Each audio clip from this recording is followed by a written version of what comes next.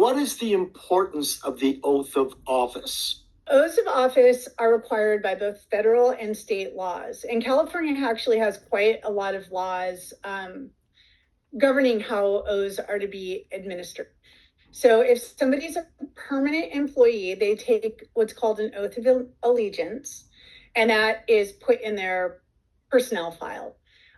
But anybody who's elected or works for somebody who is elected, like the state senator and the state senator staff, they have to take what's called an oath of office. And the oath of office expires at the end of their term. And so they have to take a new oath each term.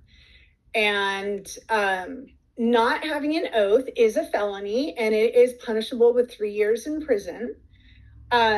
It is anyone working without an oath is considered violating Federal Criminal Code 18 USC 912, which is a foreign agent acting as a government agent. And so passing laws as a foreign agent is a major crime according to our constitutional laws. So why wouldn't Wiener sign an oath, right? I mean, the oaths are very simple. It just says that you promise to uphold the laws of the federal and state constitutions. I mean, it's a no-brainer, right? Like, why wouldn't you sign that? The reason why they choose not to sign oaths is because treason of oath has very severe consequences, up to death. So you can actually get the death penalty for committing treason of oath. And working without an oath is only punishable with 3 years in prison. So somebody like Scott Wiener knows that he's passing laws that are unconstitutional violations of our rights. And he knows that somebody someday could go after him for treason of oath. So he's decided he's better off working without an oath, maybe facing 3 years in prison if someone pursues him, versus committing treason of oath and maybe losing his life for pushing these heinous laws that he's pushing.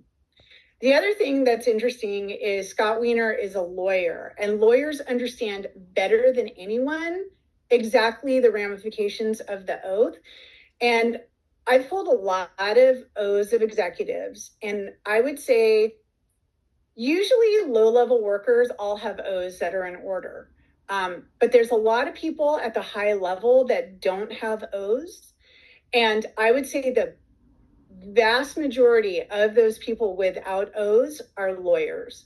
So I think that what they do is when they get in a position where they're calling the shots on committing treason of oath, like they know they're committing treason of oath and they're calling the shots on that, I think they destroy their oaths. I was going to say, with Scott Wiener refusing to sign an oath, everybody at the state Senate that is knowingly letting him work without an oath is committing conspiracy to commit a felony.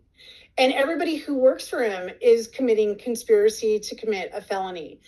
And why is Wiener willing to allow all these people to go to prison just because he doesn't want to sign a piece of paper?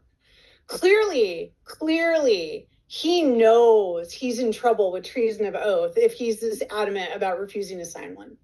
They don't care about the law because they